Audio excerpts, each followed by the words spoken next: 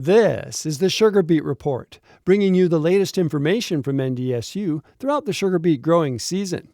It's the start of another sugar beet season, and weed control is a hot topic. However, this year appears to be different from 2023. For example, planting will begin in mid-April as compared to mid-May.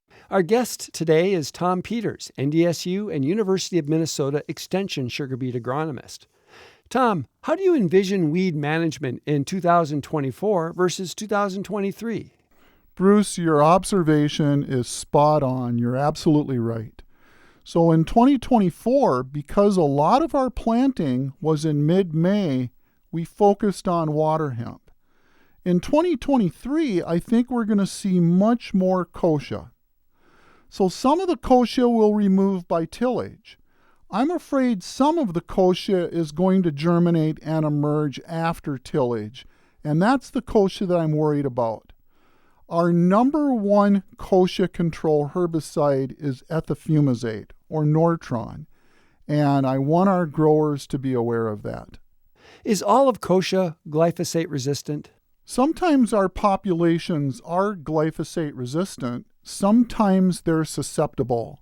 And it's really hard, Bruce, to predict which one you have.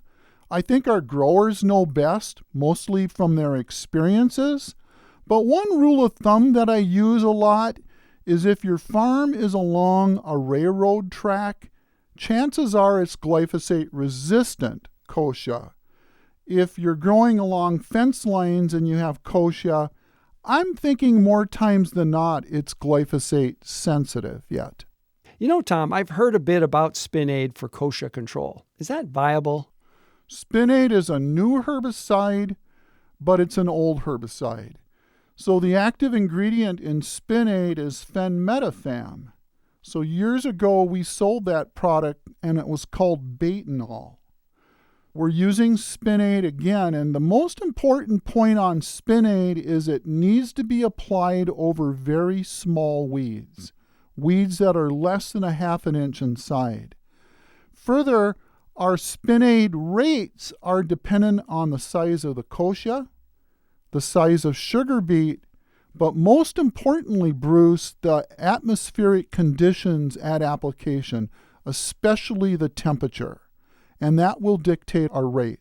Second, Spin-Aid will need to be a repeat application, and I think in some cases, we might even be making 3 applications to adequately control kochia. What about Roundup, Tom? Are there ways growers can optimize Roundup performance against kochia? Yeah, I think for some growers, Roundup is still a very viable option for controlling kochia.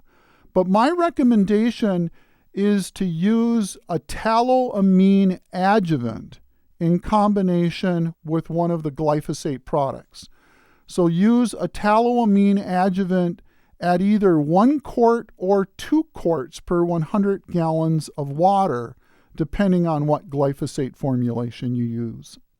Thanks, Tom. Our guest has been Tom Peters, NDSU and University of Minnesota Extension sugar beet agronomist. This has been the SugarBeet Report, bringing you the latest information from NDSU throughout the sugar beet growing season.